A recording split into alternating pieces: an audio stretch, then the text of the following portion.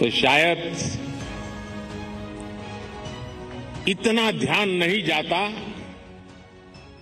जितना बारिश के बावजूद भी। और जब श्रीनगर में बारिश होती तो ठंड भी बढ़ जाती है। मुझे भी स्वेटर लगाना पड़ा।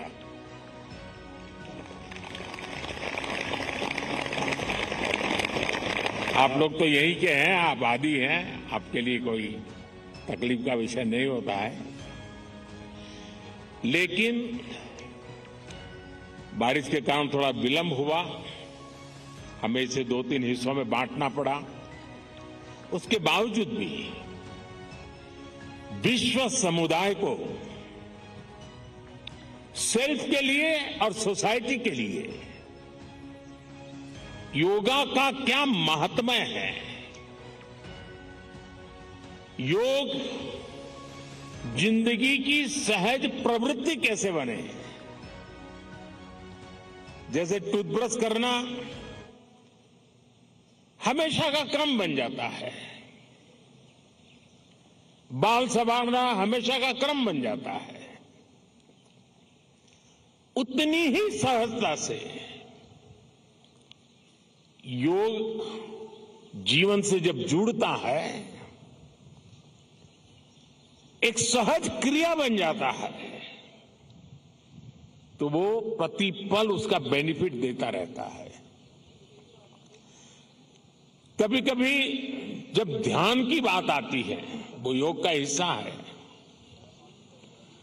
तो ज्यादातर लोगों के मन में ऐसा रहता है कि कोई बड़ी स्पिरिचुअल जर्नी है,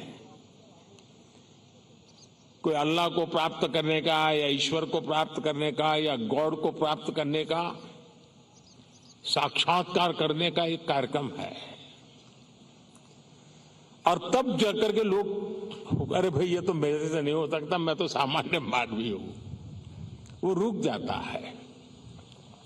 लेकिन अगर इसको सरलता से समझना है, ध्यान को, जो बच्चे स्कूल में पढ़ते होंगे, हम भी जब स्कूल में पढ़ते थे, दिन में 10 बार हमारे टीचर कहते थे, भाई ध्यान रखो जरा, ध्यान से देखो, ध्यान से सुनो, अरे तुम्हारा ध्यान कहां है।